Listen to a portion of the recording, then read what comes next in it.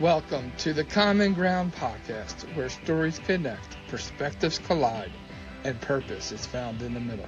Every week, we sit down with unique and inspiring guests that come from all walks of life.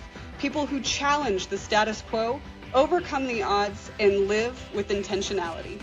Whether you're driving to work, on your morning walk, or just looking for that spark to ignite your week, you're in the right place. Welcome to the Common Ground podcast with your hosts, John Fletcher and Sydney Curtin. Please take a moment to listen to this disclosure from the Common Ground podcast. The Common Ground podcast is dedicated to exploring commonality among individuals with diverse perspectives. Our guests may present unique worldviews related to health, psychology, and overall well-being. Please note that the Common Ground podcast does not directly promote or endorse any specific ideas, concepts, or actions discussed during our episodes. Listeners are encouraged to approach the information shared with discernment and to consult with their mental and/or physical health providers before making any changes to their health or wellness practices. The views expressed by guests and hosts are their own and do not directly reflect the opinions of the Common Ground podcast. Your well-being is important, and we advocate for informed decision-making. Thanks for listening. Tools to hurt the other person, or even talking bad about the other parent when your kids are around, and all of these different things that really, your kids aren't your therapist or your emotional toxic waste dumps and all that stuff. Awareness in your own parenting to allow you to recognize when this is not constructive for my daughter. So I would write down what I was going to say in the text back or the communication, and then sit on it till my nervous system and everything calmed down, and then come back to it and see if I still wanted to send that. Especially those early stages of starting the co-parenting journey, to give our kids that stability and reassurance that they need while we're also navigating this. Welcome to the Common Ground podcast, where stories connect, perspectives collide, and purpose is found in the middle. Every week, we sit down with unique and inspiring guests that come from all walks of life. People who challenge the status quo, overcome the odds, and live with intentionality.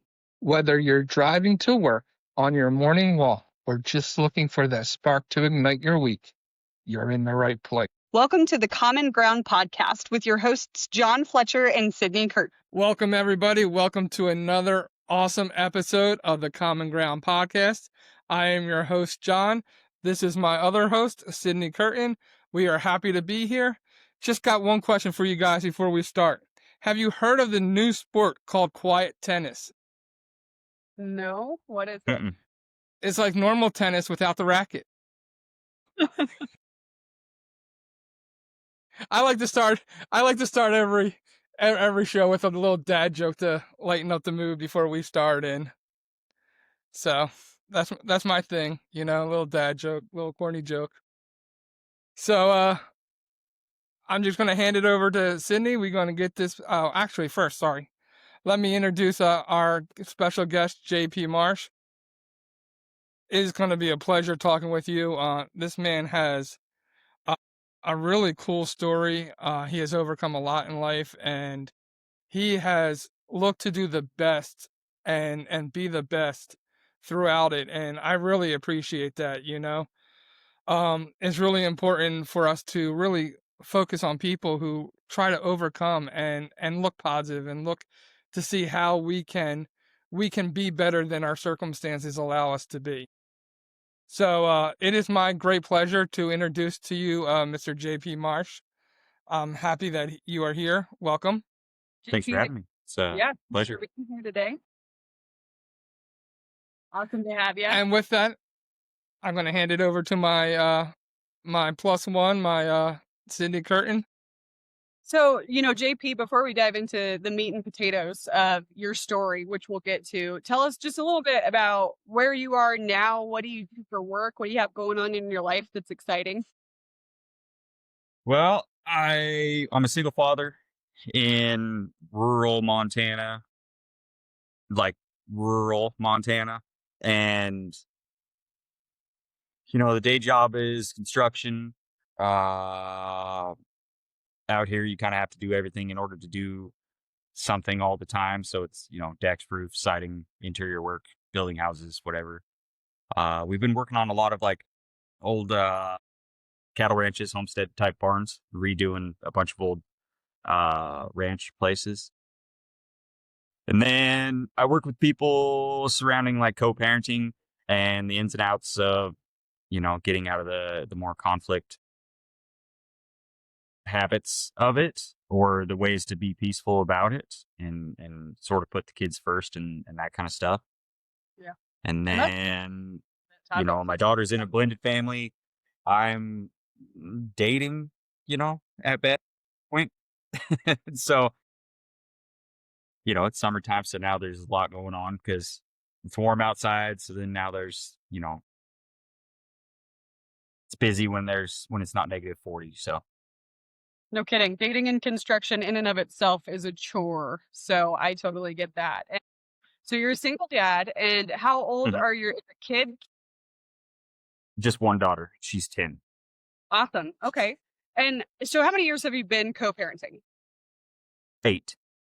8 of those 10 years. Awesome. Mhm, Well, and JP, I know a little bit of your backstory, which we'll get into a little bit more, but you've been through a lot of life, and so mhm. have a lot of our listeners, right? And everyone has that thing in life that happens that just brings them to their knees and makes them face themselves. For you, that Right. was your co-parenting journey because of all of the things that you've been through. This is the thing that you focus on teaching people about and equipping people with the tools that they need. And not only those tools, but how to use those tools to have these effective strategies of co-parenting. For you, why is co-parenting such a profound topic to educate people on? Well, I mean, if you're not raising your kids to be a better person than you are, then why did you have kids? Is kind of the way I look at it.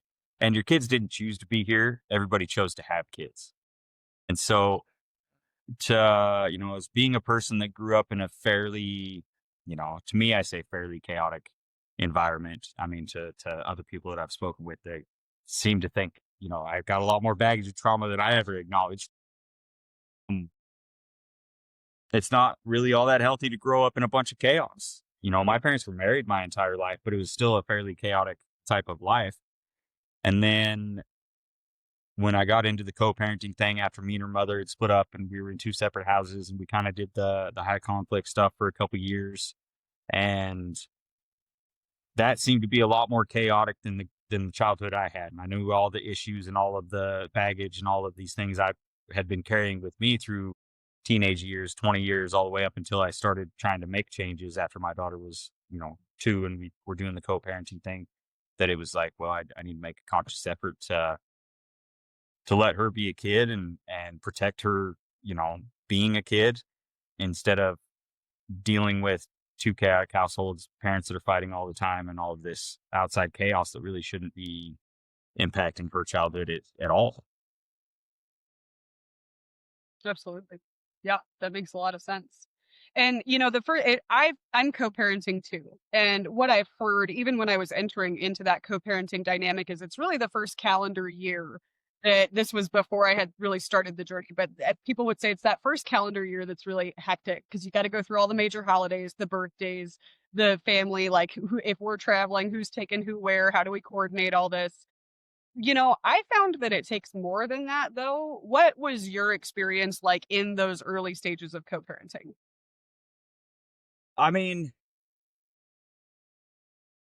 I got lucky in the aspect of I grew up with both my parents around my entire life, or up until my dad died. Her mother, both of her parents were married, are still married, and were involved. And so it was never that sort of, I can do it on my own. I don't, nobody was using our daughter as a weapon against the other person. And it wasn't necessarily a deal where it was that, you know, she's mine, she's not yours. I make all the decisions, this and that. A lot of these things that seem to enter in to most people's co-parenting deals didn't really enter into ours. But I think the biggest difference in my situation specifically is that we were unmarried. And so we didn't go through the divorce process.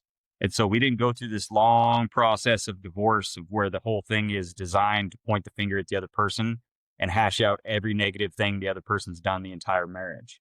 And so we could make a clean break and just be done with it, figure it out ourselves. But, everything that we figured out ourselves, the time, the schedules, the holidays, we don't have any outside influence, and nobody's telling us that this is your schedule, follow this schedule. You know what I mean? There's no above power sort of telling us how to raise our daughter. And so everything we've done, we figured out ourselves, which the majority of the people I talk to, before the divorce process ramps up and they're separated, they tend to co-parent and be civil, and everything seems to be a lot smoother until you get thrown into that system of pointing fingers and trying to make the other parent look bad so that you can get more out of the divorce, more in the custody, have the whatever go your way, and then you get lawyers involved, and then even in just the custody sort of side of it, you get thrown into the anger and the hurt feelings and the child support and shouldn't be doing this, and why do I not get as much time, and all of these emotions will start kind of clouding your interactions, which is understandable. But if you don't have that outside deal where it's everybody pointing fingers at everybody and doing that, it seems to be a little more, Let's you're cook. forced to be an adult and figure it out yourself. Yeah, sure. That's a real good perspective, and I want to dig into that a little later. But I got a question about something you said prior first, so I want to go back a little bit. You kept on bringing up from both of your sides chaotic, and when you were talking about that, that seemed to be a common theme in both of your lives. So my question is, what inspired you, or in both of you, or just you, to break that generational curse of chaos? Well, I mean,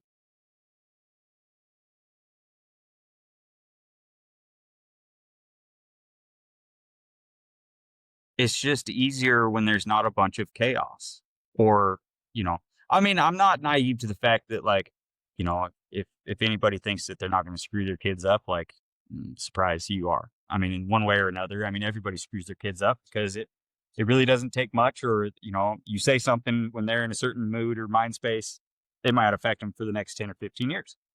But I think the goal should be to be as peaceful and have as peaceful of a home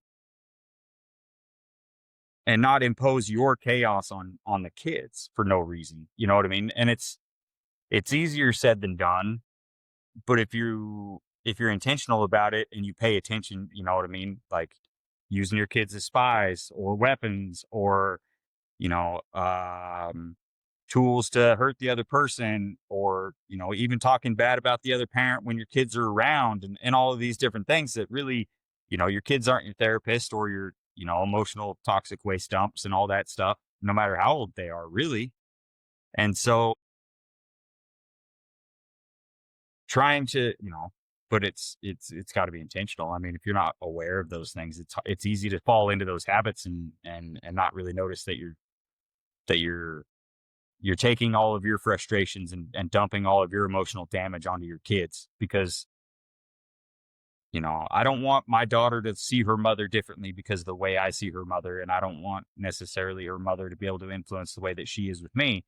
And I don't want my daughter to grow up having a split personality and not really having any sort of an identity, because she's got to be this way at mom's house, can't say that she loves dad or misses dad or any of these things, and then has to be this way at dad's house and can't say that she loves mom, or, and these kinds of things. And then all of a sudden they're 20 years old and they don't know who they are because they've been playing two different parts, because the parents are using, maybe not even intentionally, but, making it to where the kid can't be themselves at either place because they don't want to upset mom or dad about the other parent or what's going on at the other parent's house.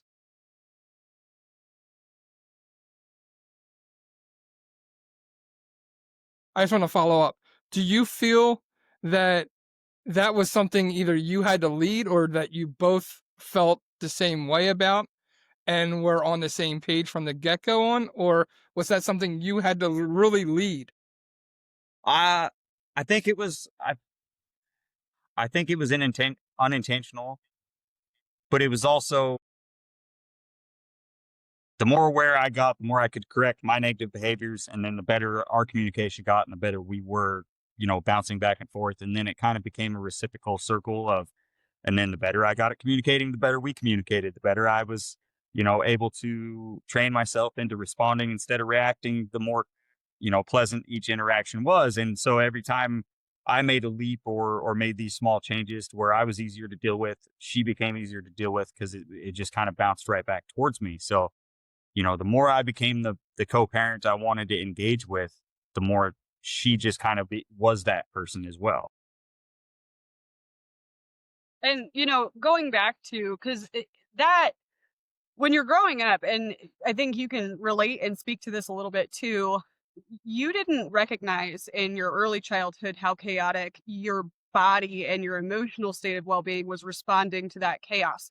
Because when you're a kid, that just is your normal, and you don't Right. have any basis to compare it to until you are an adult, and oftentimes even until you're a parent. So Mhm. what was the point in your life where you realized, okay, that was maybe not as functional as it could have been, that led you to this awareness in your own parenting to allow you to recognize when this is not constructive for my daughter? I mean, yeah, it is. The more that mindfulness training was a big game changer for me when I started doing that regularly and meditating and becoming aware. It was easy to backtrack all the way from, when I was a little kid and start figuring out these things that were, creating these, you know, the things that had created my comfort zone,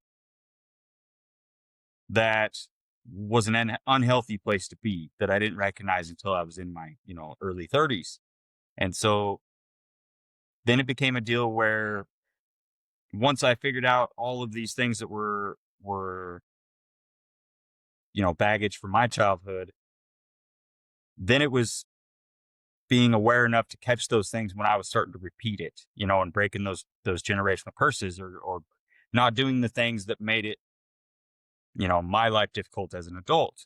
And, one of the things was, my dad wasn't necessary. I mean, he was an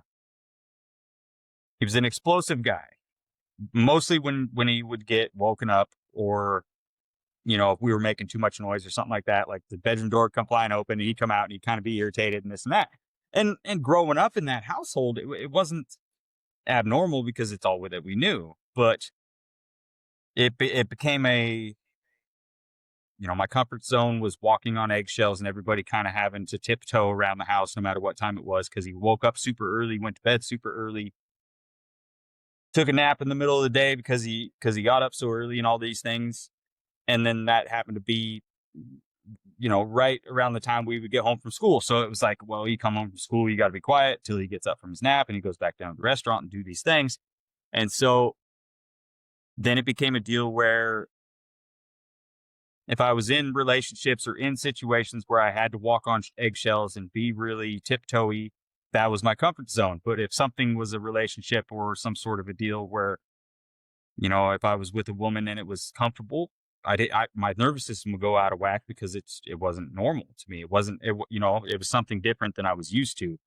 And so catching those sorts of things from my childhood, not passing them on to my daughter, because I knew how much all that stuff, if you grow up in chaos and that's your comfort zone, then you're going to be used to chaos. I want my daughter to have, healthy relationships with, get married and do these things. And if she grows up in chaos, that's not really going to be the case. It's going to be the opposite, because her comfort zone is going to be chaos, whether it's loud or yelling, or, even having a distant dad that's not really engaged and not really, puts in any effort and isn't involved, then it's just going to set up for toxic relationships or unhealthy relationships down the line. So it was sort of being intentional about breaking those things that shaped me and living in chaos for a long time, and then trying to instill these habits of, healthiness, open communication. You can talk to me about anything, and that's kind of stuff.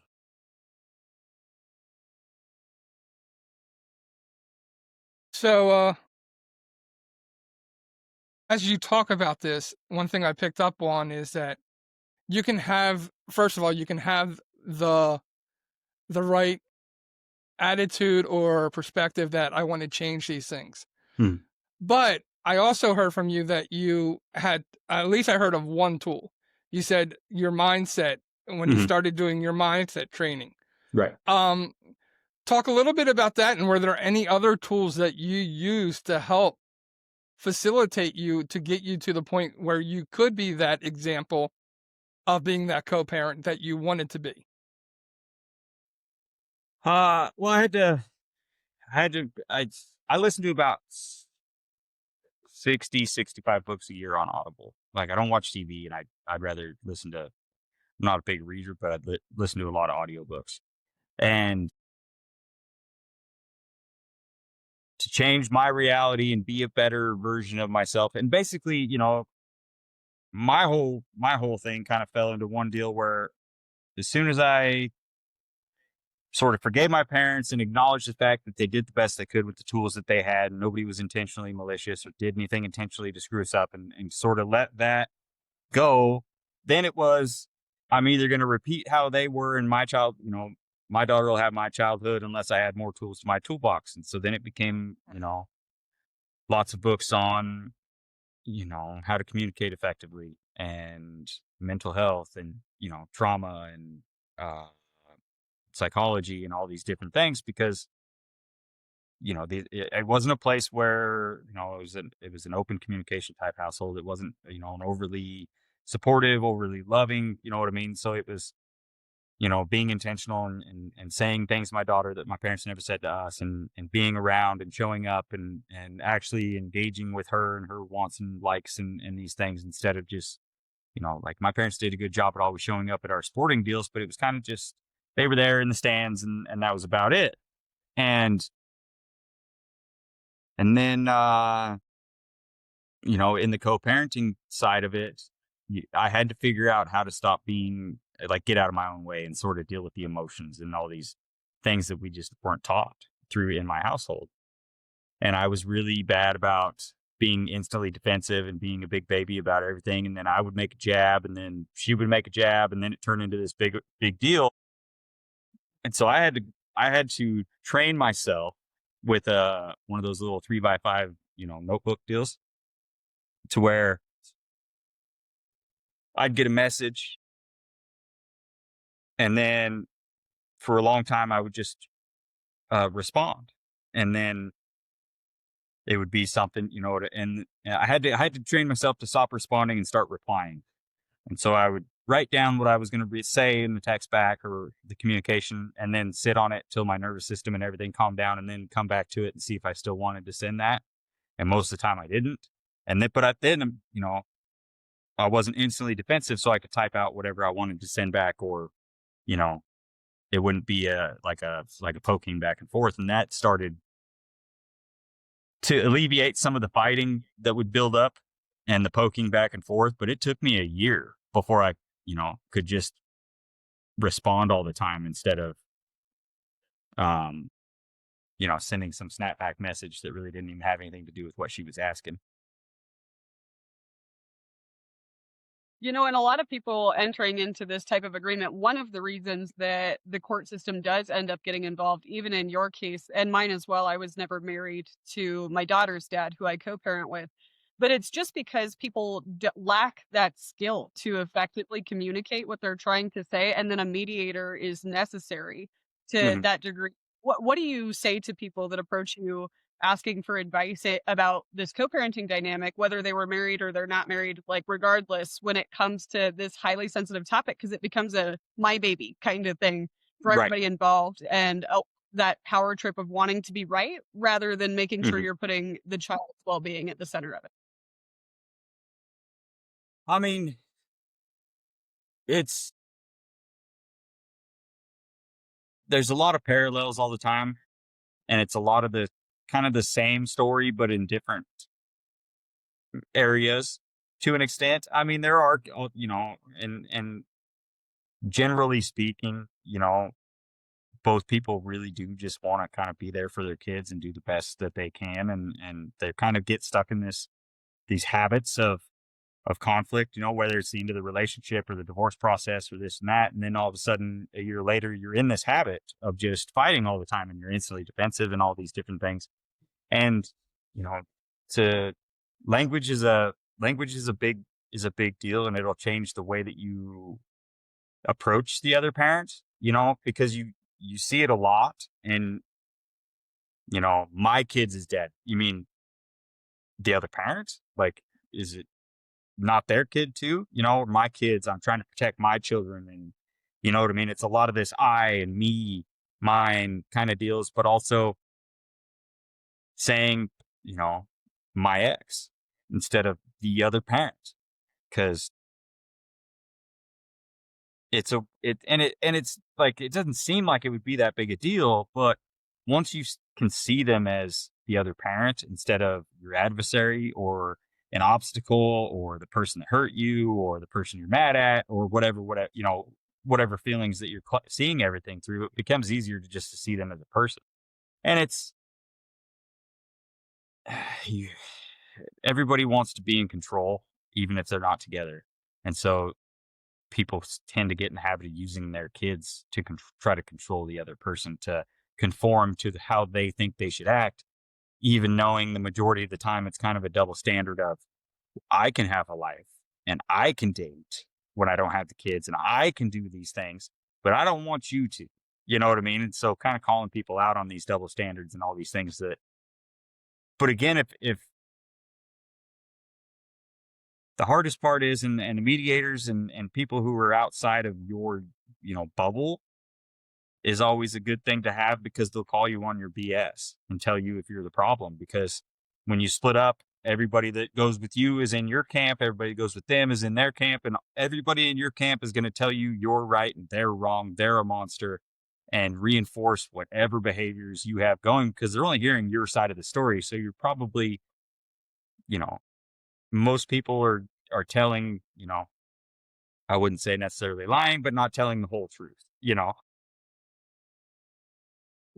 Well, because the story ends up coming from an emotional perspective rather than a factual perspective. Hence the purpose of, those mediators. And you mentioned having things like a dating life outside of co-parenting, which is Right. obviously really crucial. Like, your life moves on when you're co-parenting. And it's such a sensitive topic. What tools or resources do you recommend that people implement when their ex and their child's other parent starts to enter into those realms? Because I think, for me anyways, what it's always been is a fear of what that other person might be exposing my child to, and Right. wanting to have this dating life and this life of his own, and also being really cautious just because of those uncontrollable variables. Right. And I mean, it can, it's a minefield, and it kind of depends on, if you're talking to somebody that's moved on, then that's a little bit different of a story than somebody who's still has unresolved emotions and feelings towards the other parent and this and that. I mean, it depends how quickly all these things happen. And obviously, me as a dad with the daughter, when she's dating, it's a bit different.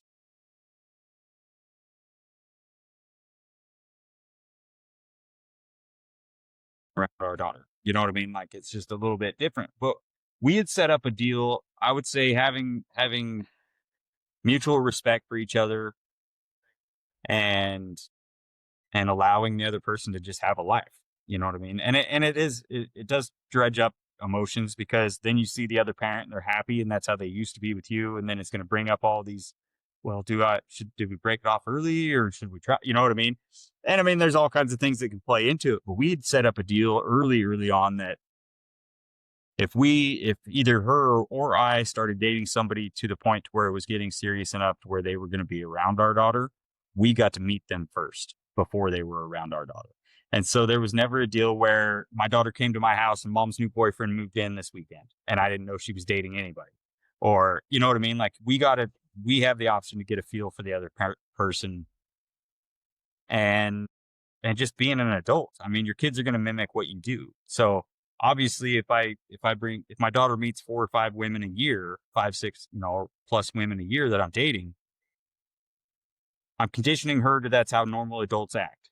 And then it's like, and that's not necessarily the example I want to set up that I'm bringing home a bunch of women, but the same case for, you see it a lot where people are not okay alone. And so there's always got to be somebody there.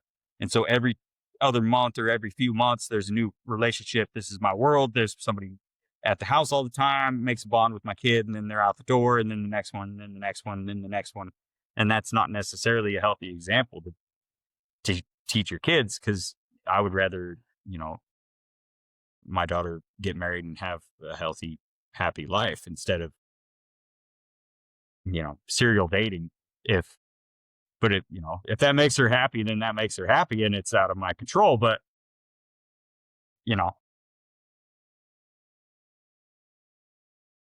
So even with you talking about dating, but what if somebody takes that next step, gets married, and now you're bringing a whole nother dynamic, you know, mhm, um, where that kid may be spending a lot of time with, you know, the type of parent you are. So like mhm, if you being the father, you know, right. they have a second father role model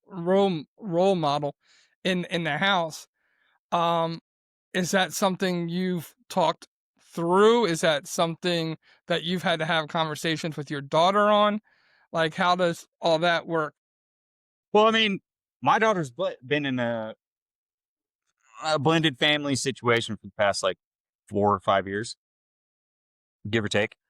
Um, I don't think they're technically married, but the entire time we have lived in Montana, her mom and stepdad essentially have been living in the same house. And it's, to me, it wasn't necessary. I never really it never really crossed my mind as an issue or a hot spot, because you can look at other people in two ways. You can see them as competition, or you can see them as collaborators. And if you're competing with them about anything, you're going to be competing with them for everything. And I'm not competing with anybody except the dad I was the day before and who I am yesterday. You know what I mean? If I'm better than I was yesterday, then I'm winning at life. What he does, the trips they take, whatever they do is not going to, you know what I mean? You can buy a kid a Porsche, but if you raise a kid right, it's going to be the time that's the most valuable. So it does, like, I don't compete with other people. But that said, most people do, and it's a hard thing to sort of wrap their head around, because all of a sudden, maybe the stepdad makes a ton more money or is able to have a nicer house, or but it's all whether you want to compete the rest of your life or whether you see them as collaborators. Because I mean, to a lot of people, nothing's a bigger red flag than an unhealthy, conflictive co-parenting relationship. Because if you can't get along with somebody for your kids, you're probably not going to get along with whoever you're dating for very long. Yeah. And I'm hearing the heart of a lot of your message be that level of self-awareness and like making sure that you really resolved a lot of that inner chaos within yourself, because we can't parent effectively, let alone Mhm. co-parent effectively. It's like if parenting is the hardest thing in the world, right? That people Right. say that parenting is the hardest thing you'll ever do, then co-parenting's the Olympics or something, because Right. I mean, it really is. It's truly there's more cooks in the kitchen, there's more dynamics, there's more scheduling. And so it's almost as if you had to be more effective communicating with the person that you're co-parenting with than when you were in a relationship and we were all under the same roof. Right. And I really loved what you said too about that you had set up that you meet the individual. My ex and I have a similar, I'm being intentional now. You said, I was saying my daughter's dad. I've only ever said that to specify who is who, Right. because I have two kids, but now I'm saying my ex. So we're learning here is the moral of the story. Anyways, we have took that even just one step further, because our daughter's really young, similar to you, Mhm. didn't offer serial dating or recognizing all of those unhealthy dating habits. So we each agreed that we would see someone for a year, more than likely, before we ever introduced. And then at that point in time, I would meet her or he would meet him, so on and so forth. And I think to your point, that does make the marriage dynamic a little easier, in the sense that because you had established that early on with your ex, it just made it so that, well, I've met the guy. So like, cool, Right. this was the natural next step. I've vetted him and he's adding value to my daughter's life. We have this dynamic relationship. So that's a beautiful thing. Right. And it's, in my situation specifically, we're all from the same small town. He just happened to live in Montana for the last 10 or 12, 15 years. They had met up at some point in time, and then it got brought up to us all moving out here, because him and her were taking the next step in their relationship and all that stuff. But he was from the same town in Oregon that we were from. So I already knew his family and I knew who he was. We weren't necessarily in school together or anything like that, but a town of 8,000 people and a school with 500, it's not hard to know everybody, and Country song. That sounds like the yeah, song. yeah, It's like break up in a small town. That's what keeps going through my head. pretty much. And it's, but so it wasn't necessarily a big deal, it wasn't like wasn't some unknown, but as my daughter's gotten older, some of that stuff has kind of relaxed a little bit, but also the tendencies of you know what I mean? It's not really a deal where I get harped on, or it's like a super hard expectation now, because I don't try to bring a lot of, I don't bring hardly anybody around my daughter as far as dating and that kind of stuff, unless it's randomly run into him at the fair or something, like, hey, come and hang out. But, and so I guess, I have the certain level well, he's not doing it all the time, and he's not taking random people around her and this and that. He probably vets them good enough. And it was more so when she was 3, 4, 5, 6 than, 10, 11, 12, give or take. But, it's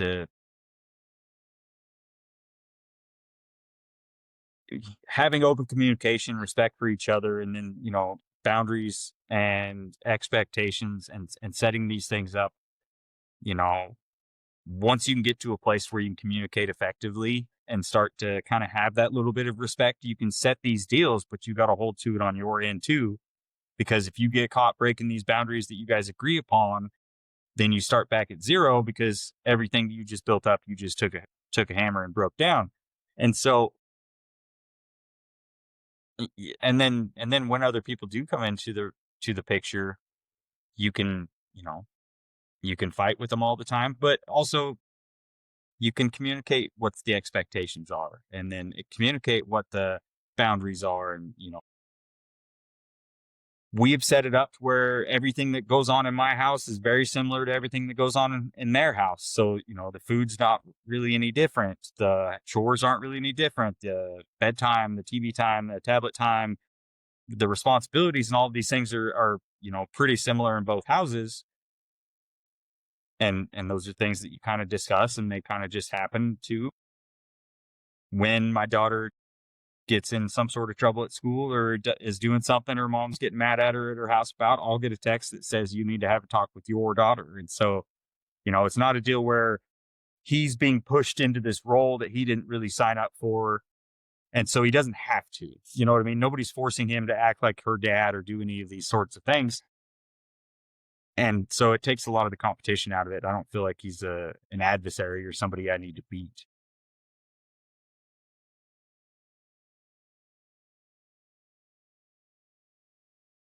I know it's real easy, like, to talk about, like, in generalities on how to do stuff. Is there a way you can give us maybe a specific, like, can you share a time where maybe you did have a conflict, and show us how you worked through that? So that we can, like, I'm grasping all Mhm. the concepts that you're throwing out there. And I know for some people, they go, I want to take this concept. And then as soon as they start doing it, they run into trouble, and they're like, now I don't know what to do. So that's Right. why I'm asking, maybe if we can get, like, maybe there's an instant or a time that you can recall that you can share, and show how you work through it, to kind of give somebody that example on how to overcome it. I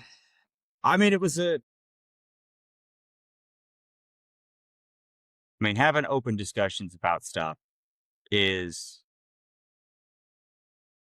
your safest bet. But, early on, it was a deal. I remember, we were fighting quite a bit. It was fairly high conflict. Not to the point to where, like, we couldn't do the drop off pickups, or anybody was using her as a weapon, but we were just fighting all the time. And it was me being defensive and being a kind of a baby about everything, because poor me, pity me, that kind of habit, that you get into. And so then once, before we got to where we were communicating very good and we were arguing all the time, I was always kind of, I was kind of in a spot where all I did was go to work and then was a dad. And if I wasn't being dad, then I was at work. And if I wasn't at work, I was just being dad. And that's a whole nother, sort of funk depression deal that I had fallen into. But it was a deal where we had a deal set up where it was like, we got right to first refusal. So if I didn't, wasn't planning on having her on a certain night or something, and her mom called and asked if I was free, I got the call before different family members or any babysitters or anything like that, and then vice versa. And I was talking to my mom about it. And my mom had brought up and was kind of talking to me, and my daughter was there, and she was like, "Why do you, it seems like you take her all the time, like whenever she asks, like, why don't you tell her no?" And well, I don't have anything going. So why would I say no? I get extra time with my daughter. Like, it's not really that big a deal. And then she kind of started like trying to kind of dredge up some other stuff or say some other stuff. And she was like, you just don't, you guys fight about stuff and this and that, but this, and this and this, and I know it kind of bugs you, da da da da da. How come you never bring it up? And I was like, well, if you care about everything, nothing's important. And if you pick your battles to where something that's actually an issue, when you bring it up, everybody's going to listen because you're not just whining all the time. And so I had to get out of the habit of trying to pick all these little fights and all of these little battles, because then if something did actually bug me or it was an actual issue for me, it's like the boy who cried wolf. Nobody's going to care because everything's an issue and everything's a battle. But if you quit sweating all the small stuff that probably isn't directed at you, you just want to be bugged about something and want to, have it kind of irritate you, then nothing ever gets resolved, because every issue that you actually have is never going to be an issue to the other person. And most of the time, they're probably not even doing it intentionally for you. But she was like, well, you always take your daughter, you always take Adeline or whatever. But when you call her in the same kind of situations, it's always a big fight and this and that. And, looking back, maybe it was, maybe it wasn't. I don't really remember if it was that, a constant, but to my mom, it seemed that way. And it's like, well, that's minuscule. You know what I mean? Like, I don't really have anything important. I was just going to be late for work or had this or that to do, da da da. She's allowed to have a life. Like, just because I don't have a life and I'm always available to take my daughter doesn't mean that she's not allowed to have a life. So if she's got plans and can't take her, then, will you babysit? You know what I mean? What would you say to people too about, like, because it's such valuable advice, and I think that our families, while they may have our best intention in mind, can sometimes add fuel to that fire in an already complicated dynamic where we're still learning how to communicate with one another, and then mom or dad or brother or sister comes in and has something to add, and you're like, I didn't think about it that way, and now I've started another fight with my ex for, like, out of thin air, no reason, which I have been guilty of in the past before we got really fluent at this. But practically speaking, how do you establish effective boundaries with family members or people that really care about you? Also letting them know that, like, your opinion isn't really needed here when you're really specifically still learning how to develop this type of level of effective communication with your ex. Well, understanding that they may or may not, they probably have your best interest at heart, but they're only seeing your half of the entire equation. It's not really a bird's eye view or a, objective reality. It's not somebody who can objectively look at situations and see both sides. But also, I tell a lot of people, don't take co-parenting advice from somebody that's not dealing with a co-parent. You're not going to take parenting advice from people who have no kids. You're not taking business advice from people that don't run a business. You're not taking it, you're not going to take advice on your baseball swing by somebody that's a soccer coach, that's never played baseball. So why would you take advice from somebody who's has no experience in that realm? You know what I mean? Like, if you were to start a business, and your mom or dad have never ran a business, have always worked for other people at a, whatever job, and you tell them you're starting this business, I mean, their fears that have kept them from, starting their own thing or doing these things, that's what you're going to hear. You're going to hear their experience from not starting it. And so, be mindful of who you're taking advice from and getting, input from, because if you're 30 and you got a 19, 20-year-old sibling that's telling you about how to co-parent and they don't even have kids and have never been in a relationship or haven't been in a healthy relationship or anything like that, I mean, it's not going to be good advice, because they're just going to tell you what they would do or from their viewpoint, which isn't going to really have that much knowledge in it. Yeah, no life experience there. I'm going to have you call my little brother after this just to relay that message to him. So speaking about taking advice from people who are going through it, what Mhm. advice would you give somebody who is about to enter into co-parenting? What would you say is like the number one thing that, you need to make sure you get right, Grieve the relationship and do it. Obviously you can't set a timeline and rush grief or do any of that kind of stuff, but view the relationship like the death of anybody else, because the relationship's dead and it's gone, and you need to get past the hurt feelings, betrayal, anger, shame, whatever emotions are going to be clouding all of your decision making and clouding all of your judgment and clouding all of your interactions. Is, get that out of the way as quick as you can, because when you're seeing everything through this unresolved relationship, emotional trauma or emotions, it's hard to really be objective and see things for what they are, because if you're going into every interaction with anger, it's going to be really hard to communicate, set boundaries, make plans. You know what I mean? It's going to be hard to sort of co-parent and be on be in the same place.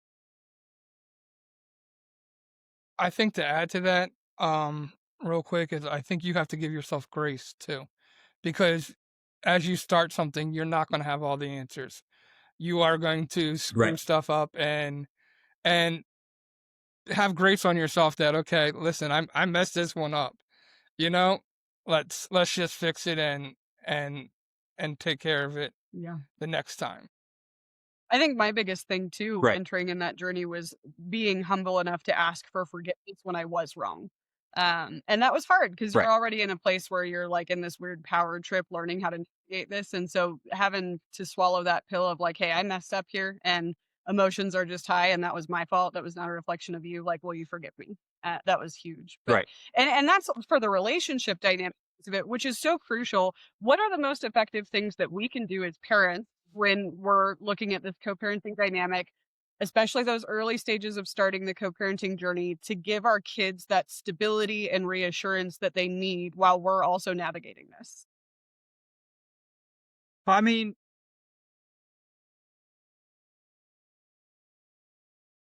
making sure that they know that it's okay that they still love and want to be around the other parent. You know what I mean? Like, I think what made our situation pretty successful is neither, you know, I I mean, I know on my side, and I'm pretty sure on her mother's side as well, that neither of us ever made her feel bad or ashamed, or like that she couldn't say that she wanted to go to dad's house or mom's house. Even if she was planning to stay the night with me and decided she wanted to go back to mom's and stuff like that, nobody ever, you know, I'd text her mom and be like, she wants to come home. Are you busy?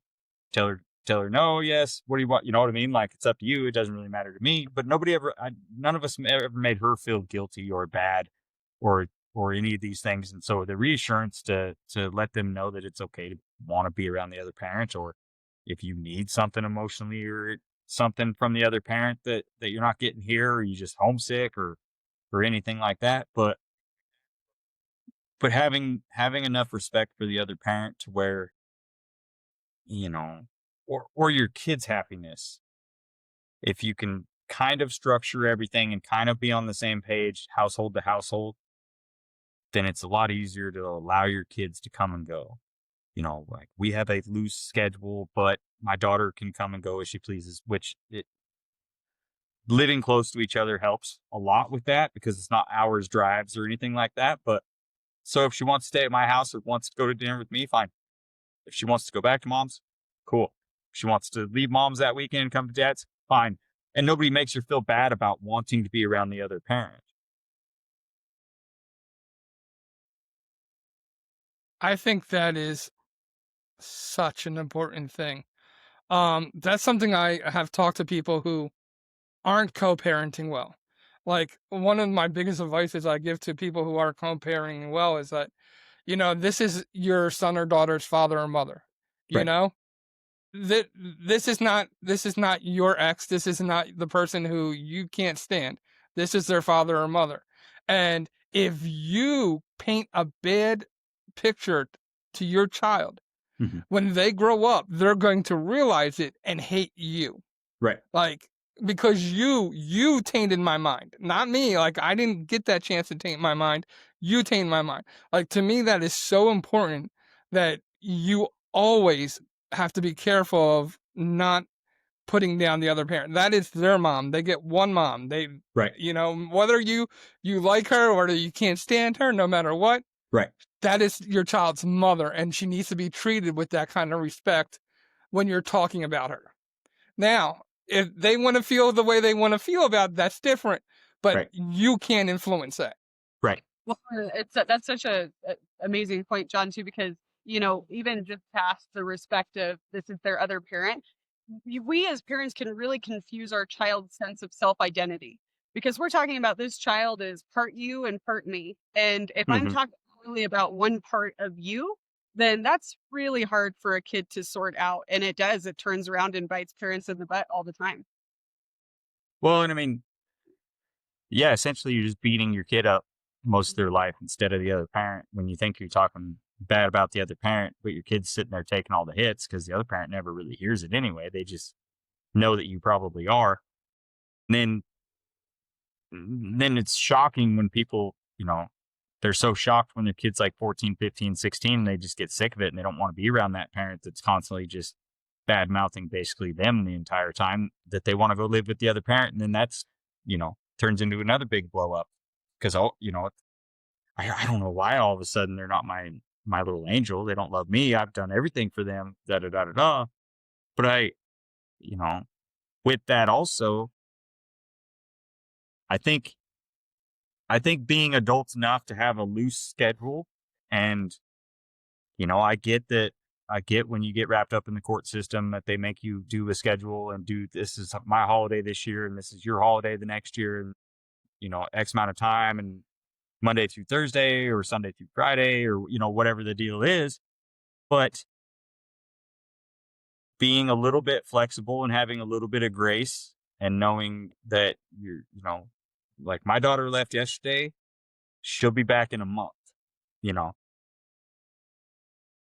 You can either be a stiffler, we're not wrapped in the court system, but we are flexible to where she can go and do these experiences. She's in Oregon visiting grandparents and that cousins and all of these different things. And it's like, well, you know what I mean? It's summertime. I'll see you in a month. Like, with any luck, I'll be around in 40 years. Most of the people you're going to visit probably won't. And so, spend time with family and go do these things. But you get a lot of these people that, where the court says that I'm going to miss 2 weeks. So, no, you're not going. You know what I mean? I'm not giving up my time and this and that. And then, with the holiday situations and that kind of stuff, I'm going to impose my will and the court's backing me because it says that this year it's my holiday and I'm not going to be flexible. And so you'll see them on New Year's, and you guys could do Christmas 3 weeks after everybody else. You know what I mean? And you get a lot of that because that's you hurting your children to impose your will against the other parent, which is not really any different than bad mouthing the other parents around your kids. Your kids are taking the blows of all of these things. I mean, sure, it probably hurts the other parent when they don't get these holidays or this or that, but your kids are missing out on experiences. And so, I mean, I could throw a fit about it, or her mom could throw a fit about it, but then she's what, going to sit it at home for the next month instead of, going on a cross country drive with grandma and grandpa and being in Oregon, seeing a bunch of family and doing all these things and enjoying her summer after school year. But It takes maturity and healing to get there. I mean, now Thanksgiving and Christmas, my ex is here with us doing all of that unwrapping and assembling presents and stuff like that. But yeah, I mean, right. it wasn't, and it took the work, doing the work. As we start to wrap it up, I do want to ask you, if you could go back 10 years, 9 years to when you started to co-parent, and you could give yourself advice, what would you tell yourself? What would be your message to yourself? Oh, grow up, I bet. Like, start acting like an adult, people will start treating you like an adult. And so, you could probably, yeah, I mean, I just needed to leave my own pity party and get out of that kind of habit of poor me, feel sorry for me, nothing's my fault. It just always kinds of happens. The same old song and dance that I'd been doing since I was, a teenager of, oh, it wasn't my fault, or, the pity party, the woe is me kind of mentality. And it's hard to be seen as an adult when you're acting like a child. Key takeaways. Absolutely. And we usually wind down with 5 final questions just to kind of bring everybody back to earth. But before we go into that, if you had one takeaway, like people zoned out for their whole drive to work and this was the part that they could hear, what would you want listeners to know about co-parenting? I would say weigh every action that you take on how it's going to long term affect your kids.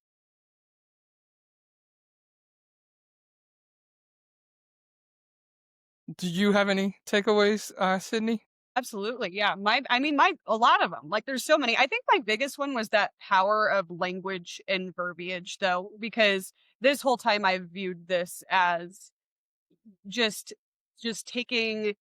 identifying who he is in my daughter's life. So it was always my daughter's dad. And I think it also, to a subconscious degree, maybe imposed failure on me to call him my ex. And then saying her other parent sounds vague and ambiguous. Like, what are you avoiding almost? But there is so much power in our words. And it goes all the way to how we communicate and how we talk about our ex, our daughter's other parents in front of them, because ultimately it all affects our children as well. Yeah, I know for me, I had like two kind of things that I really took away, and I think we use the word intentionality a lot. I think there's a whole bunch of things that you have to do intentionally as being a co-parent, and I think that was a common theme over this conversation. But I also think that, oh crap, I just lost it. Oh, it's good too. But if I lost it, it wasn't meant to be said, so we'll stay that way. Fair enough. Fair enough. For maybe if we had an after show, I'd tell you in the after show. There you go. So like we like to do, we like to end with the final 5, Final 5. and so we're going to ask you 5 questions, and the first question is, who is one or two of your heroes and why? Oh,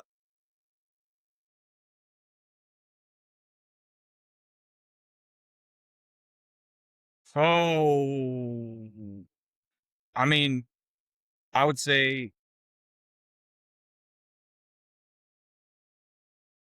one of my great grandpas that was around a lot when we were kids. But I remember he had a hula dancer on his forearm when we were really young. He used to be able to make her dance. And it wasn't until I got out of high school, I think, that we had figured out, or somebody had actually said or told us that he was in Pearl Harbor when it got bombed, and that's where he got the grass skirt hula dancer on his arm. But at that time, I think he was already gone. But he never really talked about, you know, as a little kid, you don't really think about the stories and stuff that you miss out on, and But I'm sure that he would have had some pretty cool stories. But he was, you know, lived through a lot, the Depression, World Wars, all these different things. And he was still, you know, a really cool great grandpa. I mean, he always gave us candy and stuff. So, I did all the grandpa things. I love that. yeah. That is cool. The Werther's original. Yes, absolutely. Yeah, he always OG had something. candy. That's so funny. Um, so you mentioned you're an avid audio book listener / Mhm. reader. I am too. What are two or three of the top books that you'd recommend somebody that's going through this journey listen to?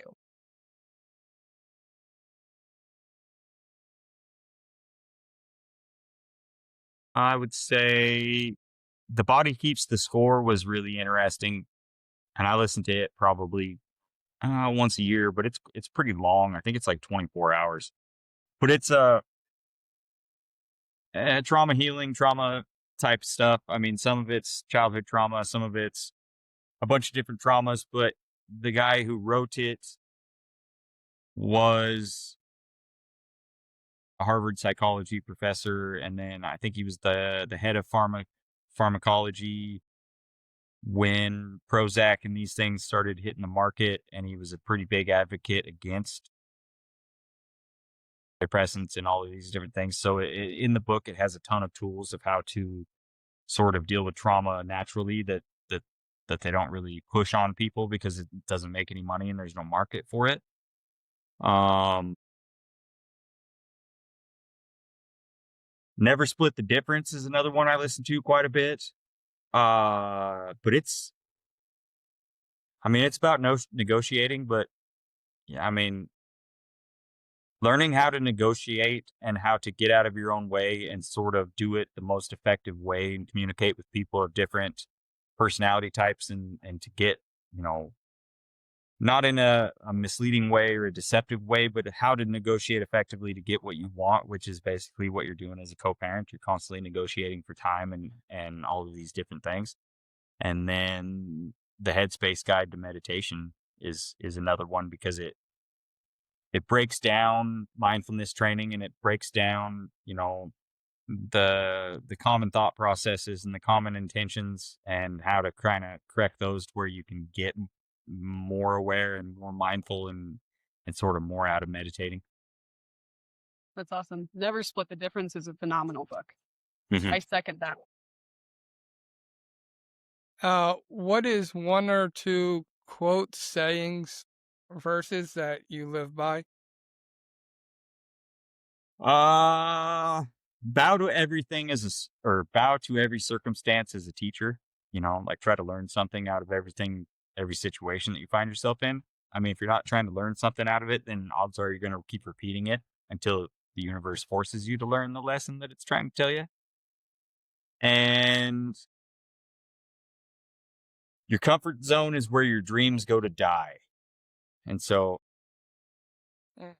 if you want to do other things, you have to get out of your comfort zone, which is going to be uncomfortable. And, standing up for yourself, getting better at communication, not being in toxic relationships. I mean, starting that business, whatever it is, your comfort zone is going to keep you from doing a lot of things that would inspire you or help you lead a better life just because it's scary.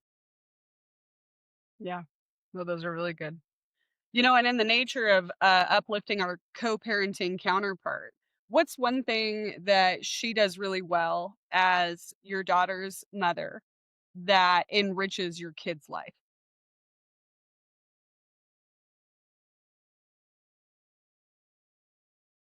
She's present, which makes my situation somewhat easy, and it makes it easier on my daughter. Like, she's present in the fact that she works from home, and so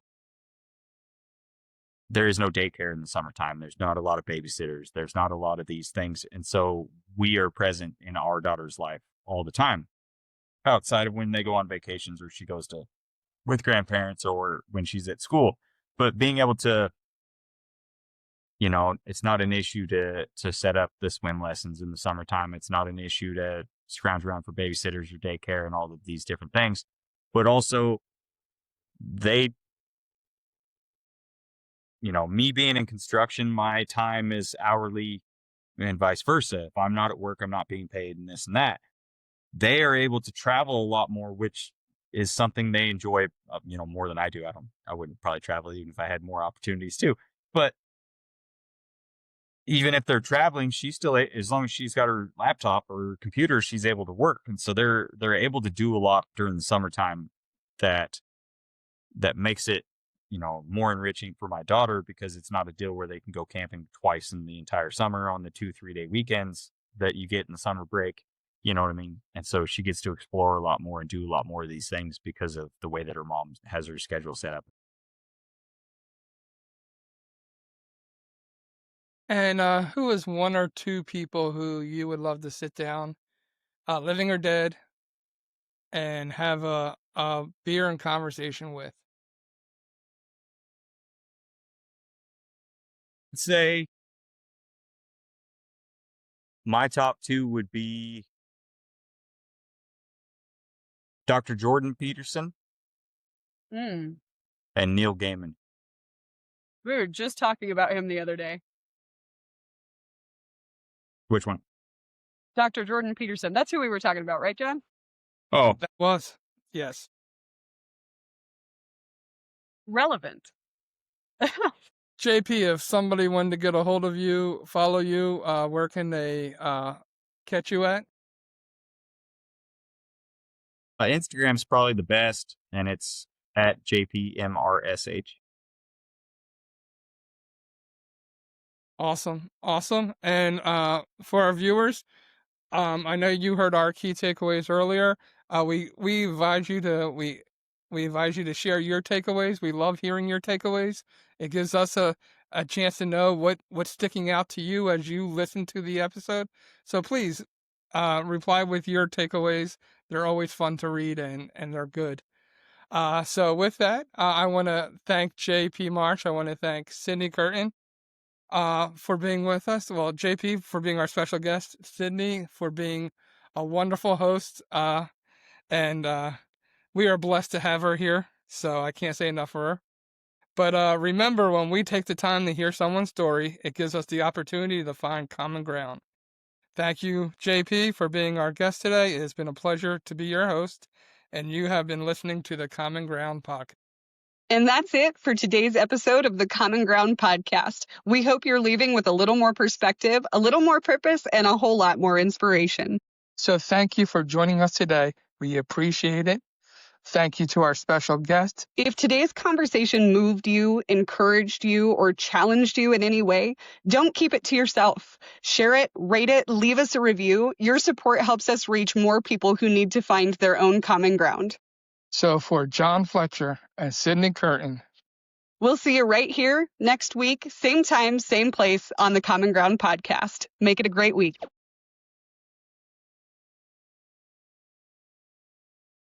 And that's it for today's episode of the Common Ground podcast. We hope you're leaving with a little more perspective, a little more purpose, and a whole lot more inspiration. So thank you for joining us today. We appreciate it. Thank you to our special guest. If today's conversation moved you, encouraged you, or challenged you in any way, don't keep it to yourself. Share it, rate it, leave us a review. Your support helps us reach more people who need to find their own common ground. So for John Fletcher and Sydney Curtin, we'll see you right here next week, same time, same place on the Common Ground podcast. Make it a great week.